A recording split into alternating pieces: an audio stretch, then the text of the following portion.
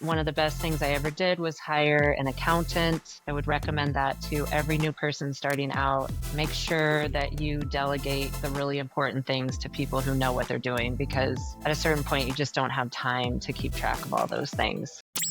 This is the Aesthetics Growth Podcast. Hey everyone, it's Bref, and I'm back with another episode of the Aesthetics Growth Podcast. And today I'm really excited to welcome a very special guest. We have Kacia Bundle, who's coming to us from GEM Aesthetics and Wellness in Missoula, Montana. And Keisha, welcome to the show. Thank you so much, Bref. I'm really excited to be here. It's really quite an honor. As I told you, I listened to most of the other podcasts that you had out there, and you had some amazing speakers on there. So congrats on the podcast. Well, thank you. I was definitely excited to get it off the ground as we were chit-chatting beforehand. And I'm really excited to get to know you more, obviously. We got connected as we were talking before the show through kind of maybe a unique source, I would say, for the podcast. My kid's elementary school teacher. Shout out to Miss V at McFarland Park Elementary right here in Tampa. Wanda! And go Wanda. You need to listen to this and give us a like, share with your friends, Wanda. But you've got such a very unique story that you're going to share. And I also love to ask, because it's with some of the guests we've had on the show, and thank you for listening, it's all different walks of, backgrounds and different levels of business. And as we were chit-chatting a few moments ago, you mentioned, Keisha, that, you could really connect and deliver some value to perhaps all listeners, really, but some of the folks that are on that journey, because you've learned some lessons along the way as you continue to grow your business. I'm really excited to get to speak to you a little bit more about that. So if you don't mind, for anybody who maybe hasn't met you at some of the events you've attended and different things, would you mind giving us an open story on your background? Sure. Yeah, absolutely. I would say that my background into medical aesthetics started about 10 years ago. And it was when I received my first Botox treatment. And I actually had flown down to visit my sister in Bogotá, Colombia, where she was working in the State Department. And if you've never been to Bogotá, it is the capital of plastic surgery. So it's got a very, very big aesthetic, I would describe it. And my sister, who is actually younger than me, said to me, she's like, "Sister, it's time for Botox for you." And I'm like, "What the heck? All right." So she takes me to this plastic surgeon there, and I had my first treatment. And to be honest, it was not good. She dropped my brows. It felt very heavy. It was not a great experience, but I ended up going home and having another injector inject me. And I really loved the outcome. And for people who don't know me, I live in a pretty small town in Montana. It's a very outdoorsy, natural aesthetic. I am a big backcountry skier. I raft the rivers, I mountain bike, I do all this stuff. But I realized, I really like Botox too. And if I am that kind of girl that can do all these other outdoorsy things and be kind of natural, then why is there such a stigma with getting medical aesthetic treatments, especially someplace like this? When I got back and had that Botox, I was sort of embarrassed that people would judge me. And I thought, what the heck? It shouldn't be like this. We should be able to create a space that feels that this is a part of taking care of ourselves and doing these treatments. And there's nothing wrong with that. We're really, we do all these other things to take care of ourselves. Why wouldn't we take care of our biggest organ and the thing that interacts with the world? So that was kind of my inspiration at the time. I was a nurse. And so I started to sort of figure out what steps I needed to put into place to create this. And so this was 10 plus years ago. And at the time, I actually envisioned the current space that I'm sitting in right now. I had a vision of what this building would look like and how it would feel to patients. And so now I'm here, and it's kind of a cool thing to be in. That's awesome. Number one, I didn't want to kind of interject because the story was rolling. Funny enough, you got to meet Julian, our producer before the show, who's from Bogotá, Colombia. No. Oh, Julian, I hope I didn't offend you. We'll hear all about it after the show. And I know Bogotá's a beautiful place as well. But I thought it is. And the story makes so much sense too, because that's been a big sort of trend over the years too, is that that tourism and people, people kind of maybe experiencing, like you said, a bit of taboo, or just got to get out of town to get something done in case somebody sees me. And also, Hmm. really interestingly, I think it's maybe even more so in smaller towns, Keisha. And Yes. so maybe talk to us a little bit about that then. So you loved it, and you really identified with, perhaps, hey, maybe I'm not the only person that's doing this, right? And Hmm. how did that then turn into, were you you're working another job at the time? How did it all Yeah. come together from that? There was a feeling inside that made you want to do it, I can tell. I'd love to hear more about that. Yeah, I mean, it was definitely it was a challenging process, and so I really feel for people who are starting out because um, there's not always a lot of information and transparency out there. There's not always people who are willing to share with you. So I think it's really important for to be honest and share your story about how you started. And I knew that I had to go back to school. I knew that I wanted to have an independent clinic that I owned. That was one of my goals. And so I applied to grad school because in the state of Montana, you don't have to have a medical director. Nurse practitioners can operate autonomously and have their own clinics. Okay. And so I got into my top two schools, Georgetown and Gonzaga. And right after I got into school, my I had a pretty major life event. My husband, who was 42 at the time, we had two small children. He went into heart failure, idiopathic cardiomyopathy, for reasons that nobody really understood. He was actually a former athlete, and so after I was accepted to nurse practitioner school, I realized that maybe this wasn't going to work out for me and this wasn't going to be my story anymore. So I spent a summer in Spokane, which is about 3 hours from Missoula, and my husband was on the heart transplant list. Our girls at the time were 3 and 5. And I just said, oh, I'm not going to do this. It's not going to work out. And my husband just said, nope, I believe in us. I'm going to get through this and you have to do this for our family. And so I did. I went to school. He actually has now recovered, which is awesome. But I got through school, graduated with honors, and that was the first major hurdle for me, was getting that degree. And I also kind of going through that challenge, I think, made me realize that I could get through almost anything, like having that struggle, I think really gave me some grit that I knew that I could do this. So Wow. yeah, I How, how many go years ahead. was that, Keisha? How many years was that it took you to because I that's graduated in it's a lot. 18 months. 18 months. Wow. That's cramming a Yeah. lot in with everything going on there. And I was working part-time at my previous job, which was a surgery center where we worked with a lot of Mhm. plastic surgery. Right. Yeah. Wow. So So nothing like a major, we talk about adversity, but those things happening to get the ball rolling. Um, you know, so you graduated, and then how did it evolve from there? How did things progress to get started with the business? yeah, well, I took a full-time job at the hospital as an advanced practice provider. I was hired by actually the GI clinic, which I had worked with a little bit in surgery, and worked full time for them. And then I also took a part-time job with a med spa in town because I knew I needed to get a little experience under my belt and start to learn this.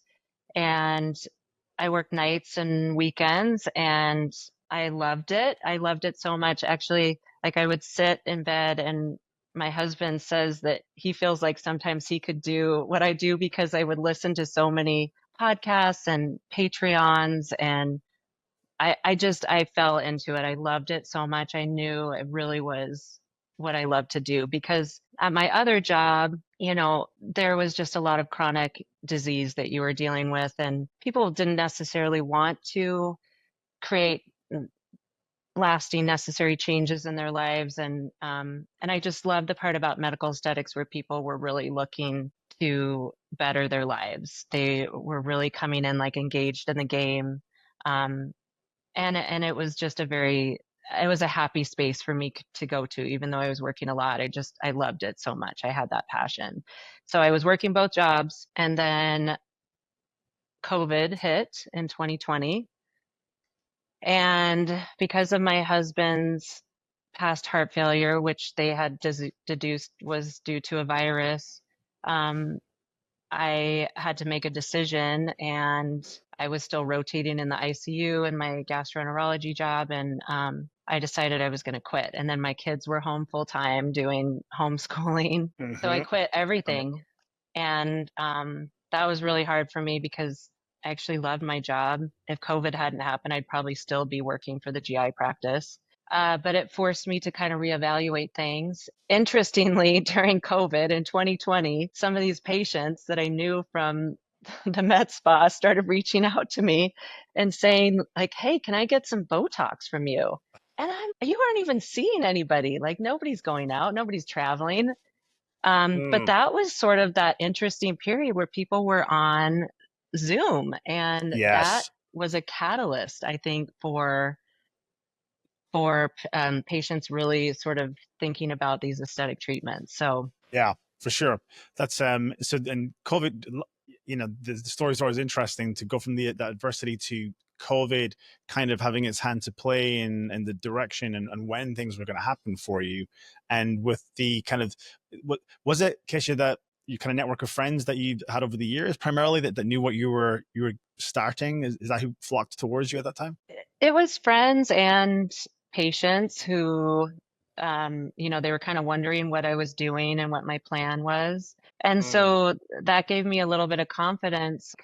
Well, maybe now is my opportunity. It seems really scary to go out on your own in business, especially I think practitioner nurses, anyone who's worked in the medical setting gets very comfortable in that setting. It's a very clock in, clock out. Somebody's taking care of you. Somebody's looking after your health insurance. And so going out on your own is a really scary thing. And I think if it hadn't been for COVID and maybe kind of this push from some of these patients asking me if I'd, give them Botox, I thought, well, maybe I can do this. And an opportunity arose at the hair salon that I go to get my hair done. One of the estheticians who rented a room in the back said, hey, do you want to share space with me? And it's like $350 a month.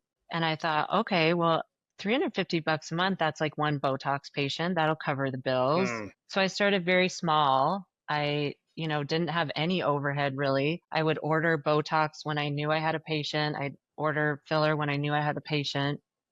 And that's where I started. And then, I started giving the hairstylist free treatments, and they talked, and that just grew Mm-hmm. things word of mouth. It was really pretty a basic, simple start, I must say. Like I didn't have a lot of processes in place. So Powerful, but really leveraging it's kind of like what you discussed there is a bit of a blueprint that sometimes we'll talk about at ClinicGrower as well, which is that foundation. And it's beautiful to hear how it happened for you. And there was number one, the belief, and then you put it out there. People are hearing about it. They're coming towards you at a time where they want.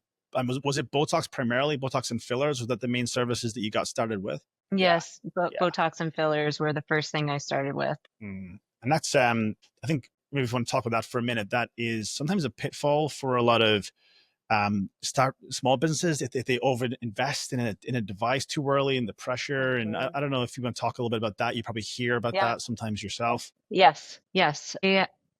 I started out doing just the injectables, and I realized after a certain amount of time that I wasn't really getting the results that I wanted. Patients, we live in a mountain town. Patients are always out in the sun. I mean, you're in Florida, right? There's a lot of sun damage. And honestly, it doesn't matter how much you inject into somebody's face. If the canvas looks poor, their outcome's not going to be great. And so Mm. I started seeing that and feeling like I was missing a tool. And at that time, I'd actually moved to my second location. I had gotten busy enough that I needed a larger space and more days. And I started to consider bringing on a device to help change my patient's canvas. And so I researched pretty much every device on the market. I paid myself to have treatments done. I tried everything. And and this was the first time I actually went into debt in my business. I ended up taking out a loan and purchasing a Cyton BBL Moxie. And I was actually the first provider in the state of Montana to bring on Moxie, All right. which um and it was a gamble. I mean, because I hear the stories about the devices and overpromising, but I felt very comfortable that I could tell my patients, I've tried this, I see the results. I know you're going to see it too. This is the tool that I needed. I think you have to understand that there's like a necessity and you have the patient population for that particular tool because there's a lot of tools out there and it's confusing. But I've been successful with my Cyton. It really did change my practice, to be honest. That's awesome. Some really good stuff to unpack there, but you kind of snuck it in there, which you added the additional locations. You stayed was it a few days a week at the salon, and then also added Hmm. another location as well. That's great. Yeah, the problem arose. I realized that it just wasn't professional enough when one of the stylists unplugged my Botox bridge to plug her phone in, and Okay. that that turned out to be a very expensive mistake. So I realized I needed to kind of level up my game and find someplace a little more professional. I wanted to attract the right kind of patients and I wanted it to feel really professional, medical aesthetics, but welcoming. So my second location, I think I moved in there probably about maybe less than a year after the hair salon. And All right. I shared that space with an esthetician who helped quite a bit in terms of doing some aesthetic procedures, but she was kind of her own person. Mm. And then I purchased my laser, and shortly thereafter, I hired my first employee. Also, a very scary step. How many employees have you got now? Now I have 6 employees. All right. Okay. Awesome. So, the couple of things there with even from the salon, Keisha, from the salon to your own, was that then a leased building, or what was the other location? Yeah. So I leased space there. Actually subleased from the esthetician. And it was definitely an increase in size, and we had a nice waiting area, but I was still doing everything. I was checking patients out, I was doing the treatments, I was handling all the supplies.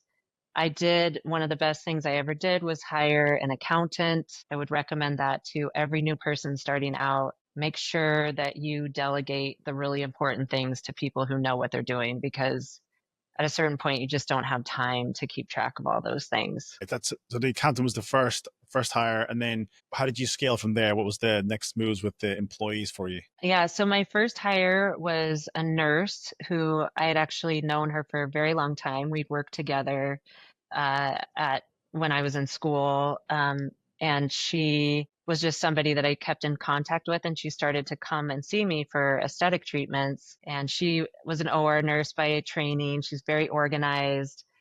And after a while, I just said, she kept coming to me, getting all these treatments. And I said, why don't you just come work here? You can get your treatments at cost and you can help organize everything. You can help with, ordering supplies. And I mean, if she was sitting here, she laughs because she said, I thought it was actually a volunteer job.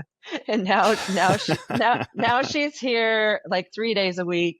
She I mean, she's amazing and she was a great hire. And then I started training her on doing some procedures and we started out with Botox and she couldn't do it. She would shake every time she would come at somebody's face and I could tell it was really upsetting her and she came to me one day and she said, I think I'm going to quit. And I said, I don't want you to quit. I know you have skills, but maybe Botox isn't one of them. And I realized that, and we have this analogy together. She is not my scalpel. She is my hammer, and she Mm. can do laser all day long. She can put IVs in.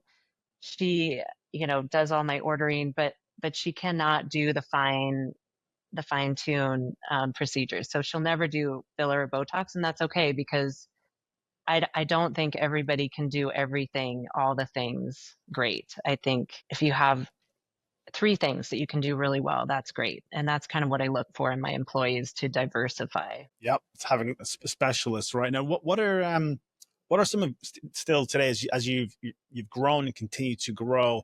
You had to delegate, so you've got some of those specialist team players in there. How do you manage that? Like, which of the treatments did you decide that you still really loved and wanted to focus more on, perhaps? And which ones do you decide that, okay, I'm gonna delegate?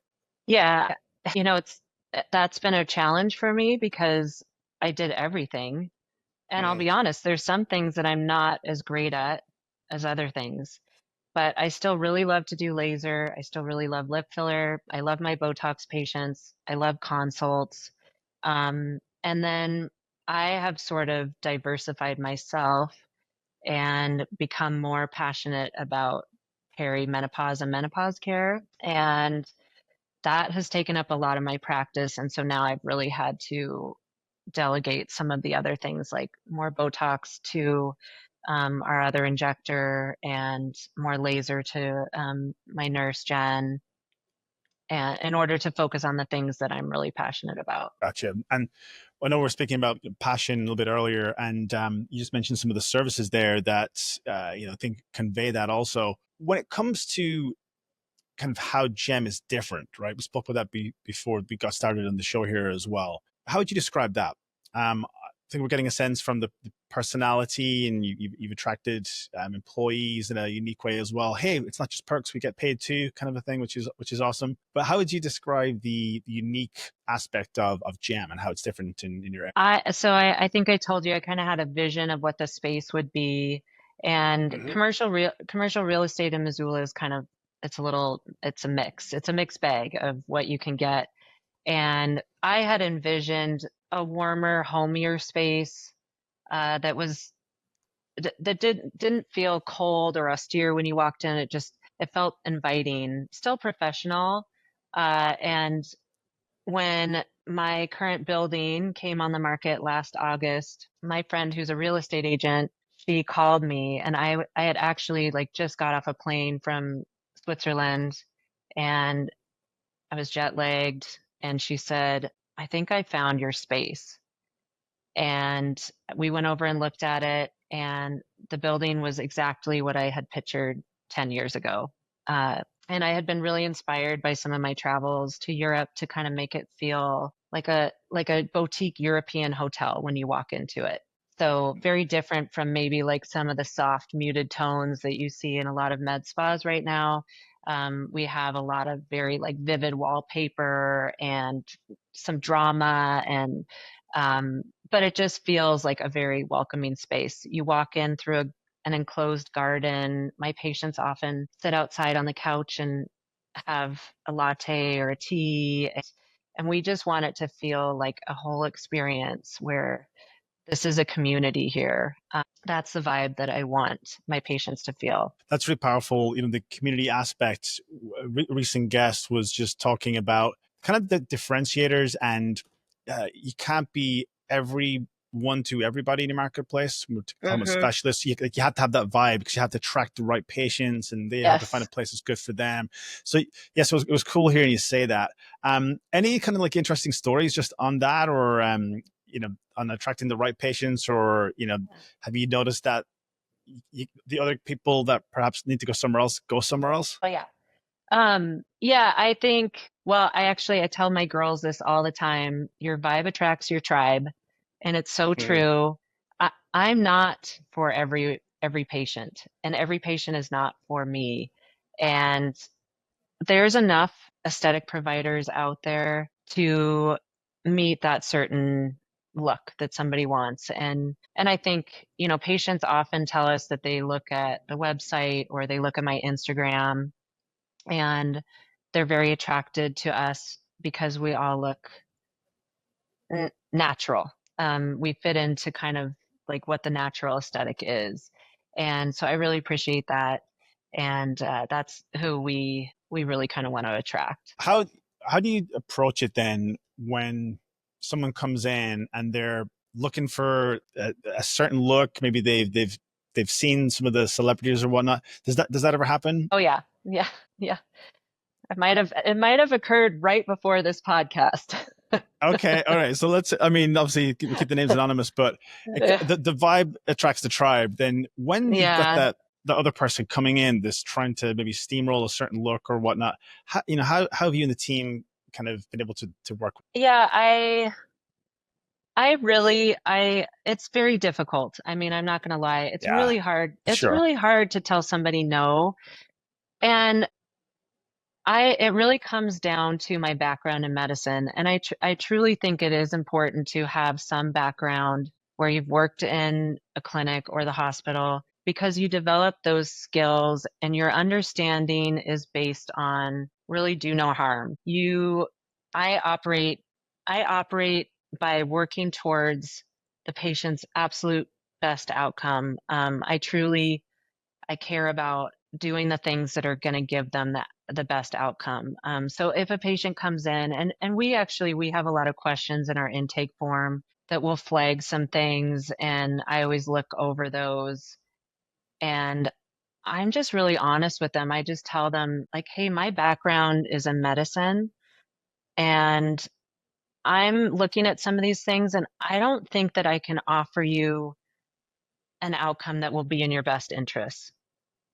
And I even have if I'm worried about that there's some issue of body dysmorphia going on, I even have some referral networks in town that, I provide them with some information. But I think when I have that conversation with them, a lot of them have said thank you. And I just say, I was like, the easiest thing for me would be to do this and take your money. But that's not the right thing. And that's not the way I operate. And most of them are very grateful.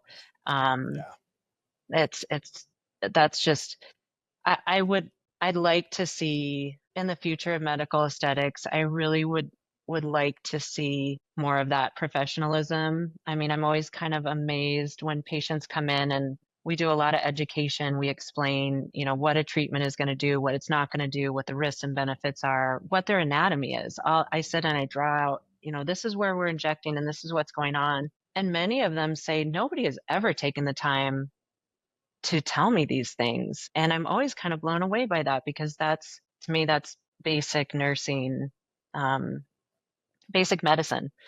I think that's if you don't mind to touch on that for a moment, because we use all different ways to approach the patient experience, right? And Mhm. I think from listening to you, Keisha, what's so important is it's that whole journey, right? The way they're attracted to the practice. You're putting yourself out on social media, you're being authentic, and you're hopefully reaching people that are vibing with that. But then also when it comes to the initial consultation, how do you all approach that? Because there are different ways of doing it, right? There's kind of Yeah, we're alluding to maybe the slam bam, like let's like get them in as quick as we can, and but your approach, I think, is different. it is. Thanks for asking about that. Because that's something that I really value. Uh, a lot of patients when they come in, if they're newer to aesthetic treatments, most of them come in afraid. Maybe they're afraid of looking weird. Maybe they're just that stigma is still there. They're nervous. So I always try to address that right away. I always just say, I know it takes a lot to come in and talk about something so vulnerable like our face or maybe something that we don't like. And like, I just want you to understand that this is a really positive space. And I'm not here to pick apart any feature on you. I My purpose is to be a guide for my patients. I am simply there to help them get to the outcome that they're hoping for. And I think it's really interesting.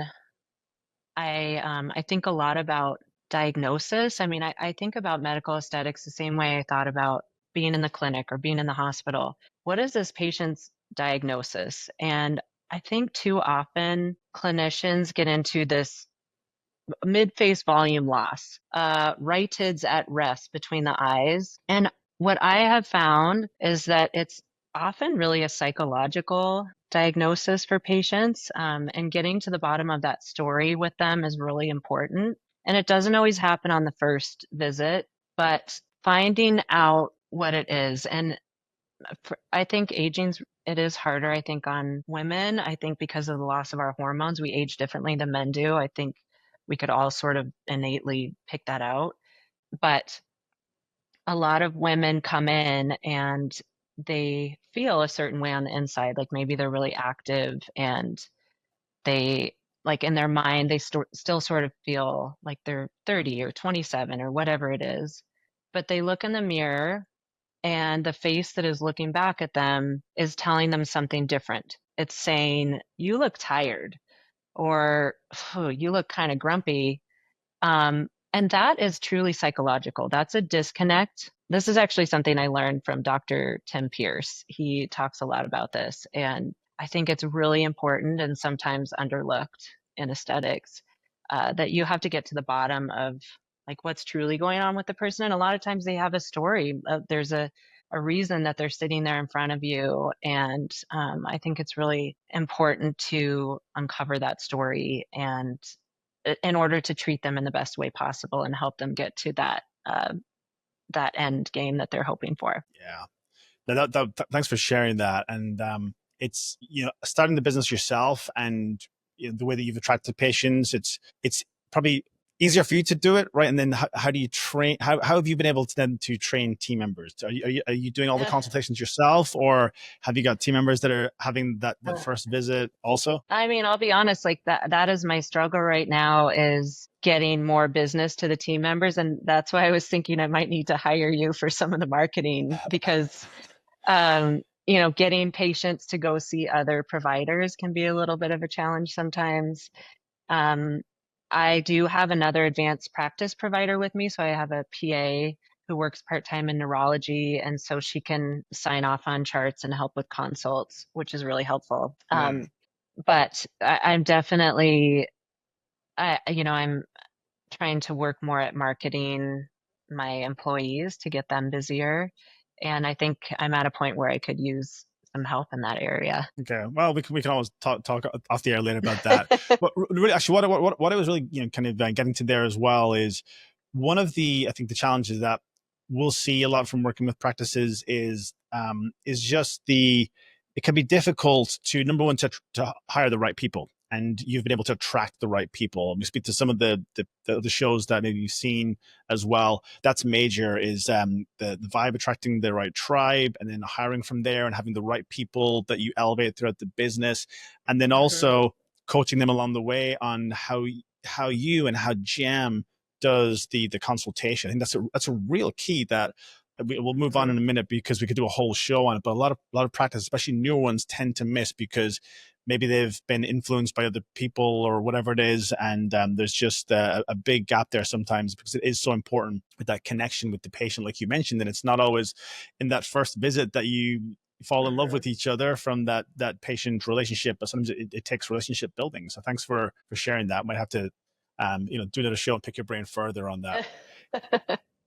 Keisha, one thing I wanted to talk about a little bit was investing in growth, because you mentioned the travel that you've done and kind of the inspiration that you've got from your travels. So I'd love to, if you have any advice or just some of the highlights of some of those the conferences and the different journeys that you've been on internationally and even nationally. Yeah, I think one of the most undervalued free things in life is connections. And I don't think I realized how important connections were when I started out, but it is truly one of the most valuable things to me now. And through a lot of travels and conferences, I feel like I have friends from all over the world that I can reach out to. I just went to Sweden 2 months ago and met up with Dr. Neha Sarcevic, who has one of the most successful practices in Stockholm, and she has multiple locations. And I met her at a conference called the Inner Circle last summer, which was in Switzerland. I've been to 2 Inner Circles, and it's a really unique conference. It's very intimate. There were 50 attendees from all over the world, and some of, in my opinion, the top medical aesthetics providers in the world, Julie Horn, Dr. Tim Pierce, Christian Subio, let's see, Miranda Pierce.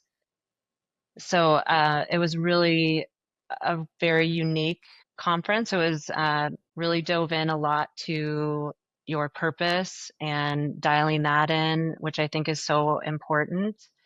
I think I think understanding that is really key to your aesthetic practice taking off.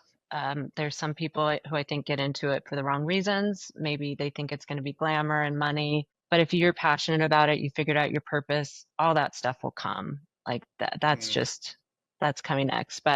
Uh, but those connections that I made through those conferences have been really valuable to me and really shaped my practice. Awesome. That's the connections you mentioned can be key, especially like you said, having had that mastermind effect to be able to call on people for different advice at different stages of business growth, and just the fun relationships that develop from that as well. And the events are fun. What else, like, have you seen maybe internationally and just even in the current economy, any certain trends that you're excited about when it comes to treatments or anything that's coming down the pipeline, things that you're looking at? Oh yeah, yeah. That's why I love going to Europe because they're like 5 or 10 years ahead of us here. So I love being on the cutting edge and seeing what's coming down the pipeline. And my most recent trip, when I was in Stockholm, I actually got to try the salmon DNA. Dr. Mm. Neha injected that into my under eyes. And so obviously, I mean, the big keyword is regenerative medicine now, and people are maybe looking less at the fillers, and they're keen on the idea that, you know, their body can do some of this work and it's a little more natural. And I think patients are really excited about those things. So it is definitely, it's neat to see all the stuff coming out of Europe. I really get a lot of enjoyment of learning and being in that environment where you just get to see the newest stuff and even get to try it out. Cool. That's got to be fun. How about, every market is different as well. Is there any Montana inspired beauty Mm. secrets or anything that you typically unveil? Montana is interesting. It's still very difficult to get male patients. Although I will say the laser has changed that. I do have a lot more male patients coming in for laser, but I will say filler and Botox is still, it's a little, I think the Montana men are not ready for it quite yet. All Uh, right. I think I was lucky because in 2020, things really changed in Montana. I had just opened up my practice in 2020, and we had a lot of people moving here from California and Texas who were very familiar with aesthetic treatments. And so that expansion here has made a big difference. We have the show Yellowstone. I don't know if you've seen Mm-hmm. this. Yeah. So that, I won't. I know it's very popular. yeah, so it's filmed about 30 minutes from us here in Missoula. And that really brought an influx of a different market into Montana, that were more savvy about aesthetic treatments. So that has helped my business quite a bit. Awesome. Love to hear that. I've got a couple of rapid fire questions for you if you're up for it as well. I'd like to change it up a little bit here, but Absolutely. almost following on from the theme, because you provided so much advice when we think about, kind of the slow step approach sometimes that you took, just making sure that there's a purpose, there's an intention there, there's an awareness of it. But when it comes to any other advice that you've received, what would you say? Does anything stand out as perhaps some of the best advice that you've taken on board as you've, continued to move along your journey? I would say the hardest path is usually the right one. And I didn't tell you this, but last year I was terrified to do an Instagram live. And so I challenged myself to do 10 of them. And I actually got some kind of amazing people to come on and talk with me on Instagram live. And so that was the scariest thing to me. And I was like, okay, I'm going to lean into this. And Mm. when Wanda sent me the message about this podcast, I was terrified. But I thought, okay, I just have to lean into it and do it. So I think sometimes you just have to say yes and get over that fear because really great opportunities can come your way. Is awesome. And I maybe didn't say before the show, but we were chit-chatting a little bit. I really like your Instagram and been checking it out, and just the authenticity that we were talking about a little earlier. So that's interesting and maybe important to hear as well, to relay your message, because when you lean into that, the opportunities that come from pushing through those comfort zones. So, well, Yeah. kudos. And then how has that been? How long have you been doing the Instagram, the reels and the lives and everything now? Well, I stopped the Instagram lives. I made it to 9, so I actually haven't gotten to my 10th, which was my goal. But that was around the same time that we purchased the building and renovated it, which was a huge undertaking, and so that has sort of fallen by the wayside. But maybe I'll bring Okay. it back. Yeah, yeah. I mean, it sounds like you're on a roll that's waiting to crack open some new growth levels. There is what it seems like. Yeah. How about for anyone who's listening? Any people who are starting out, right? I feel like can be kind of the toughest spot, right? Where you're working on a job, perhaps. Should I, shouldn't I? There's, as you know, what growing, there's all different challenges. But what piece of advice might somebody need to hear who's listening to the show, where they're waiting to make that breakthrough? They might be doing what you did, which is working with family and trying to get the business to a level where you want to go all in. Yeah, I mean, I would say that give yourself 2 years. I really think it takes 2 years to build up enough patience to, at least in Missoula. Maybe it's different in some of, in Florida, but I think you got to give yourself some time to really build it up. Keep working your other job. It takes hustle, it takes passion, make connections. You have to invest in your education. You have to pay for it. There is no credentialing, certified training. There is no school for medical aesthetics right now. And until that happens, you have to use your you have to fund your own education. And it's very important because the person that goes to Vegas and does an 8-hour course and then opens up shop, that level of training wouldn't fly anywhere else in medicine. You would never be a specialty anywhere else with 8 hours of training under your belt. So I would say invest in your education. Community is everything. Make connections in your own community. Join your downtown association. Contribute to auctions, meet people, make those connections, because that's going to take you the farthest. Love that. Love that. And that's cool. Also on the timeline, I think you're spot on there. You need to have patience, to grow the business and get the patience, the different spot. You see what I did there with need the patience to get the patience. I liked I it. think I'm funny sometimes. Nobody else does. Keisha, as we kind of wrap it up here, I want to check in with you. Is there anything else? Any other message that you want to relay, or anything that I didn't ask you that I should have? The only thing that I can think of is you've asked other viewers what the future of medical aesthetics looks like. Yes, yes, the trend, and I'd love to hear your vision of the future. Thank you for the jog. I'd love to hear that. I do. I agree. I think the easy answer right now is more regenerative medicine. I think it's more holistic medicine, treating people from the inside out, looking at what happens with their hormones. All of those things I think are really important.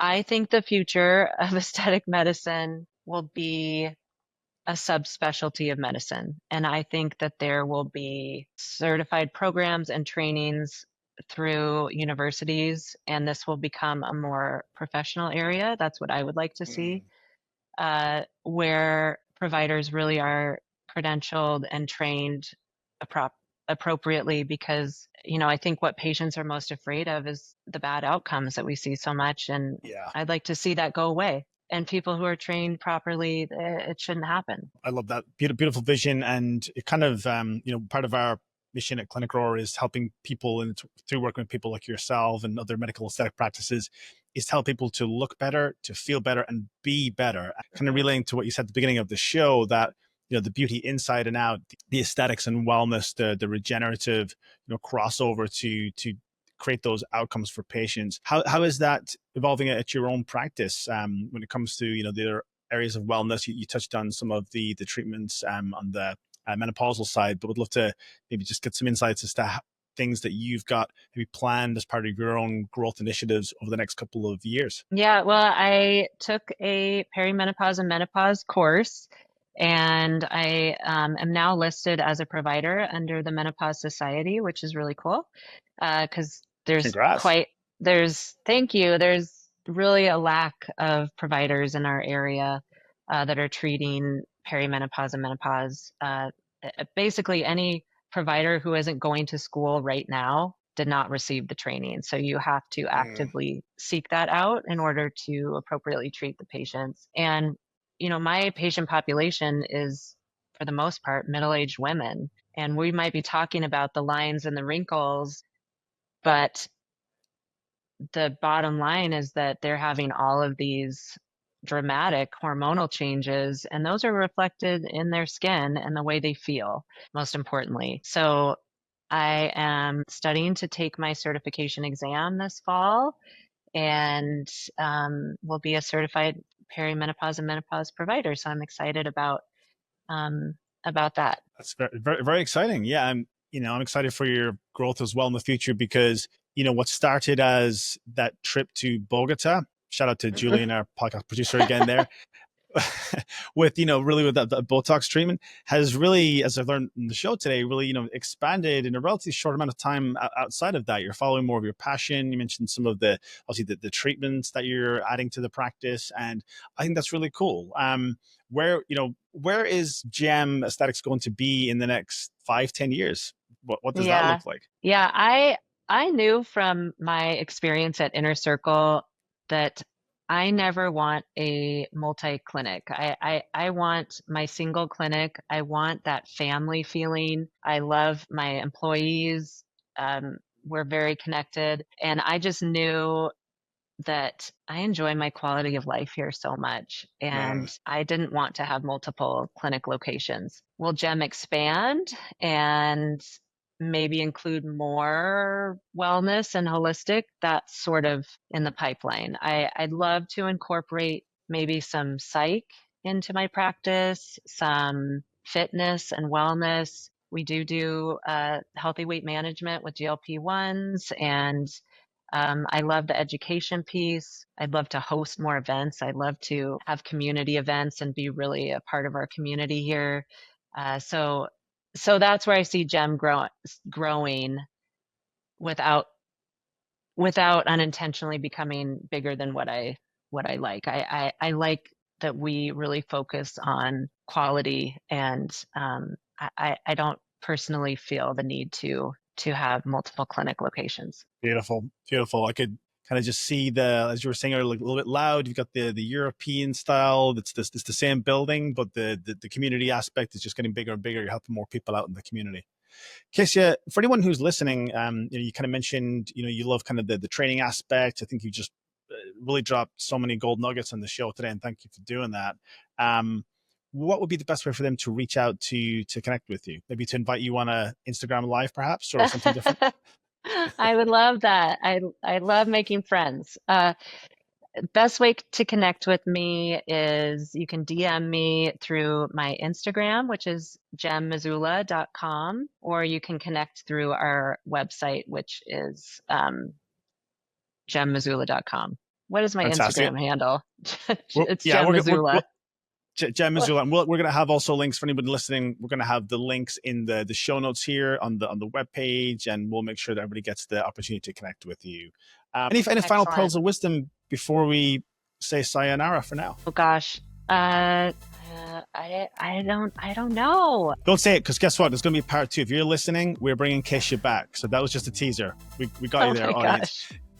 Connect to Keisha on Instagram, Gem Missoula. We'll have it in the show notes. And Keisha, seriously, thanks for coming on the show. It's been an absolute pleasure to get to connect with you, to get to meet you on the show, and to get to learn more about your really exciting journey. So thanks so much for sharing that. Oh, Bref, I'm so grateful for the opportunity. So thank you. It was really great. Hey, it's Brett here with ClinicGrower, and I've got a quick favor to ask. If you're loving these Aesthetics Growth podcasts, go ahead and hit that like or hit that subscribe, more importantly, so that we can keep bringing you the best of the industry. I really want this to be impactful and the highest quality, and the best way that you can help us to do that is to hit that like, hit that subscribe. And remember, if you would like to be a guest on the Aesthetics Growth podcast, go to clinicgrower.com/podcast. This is the Aesthetics Growth Podcast.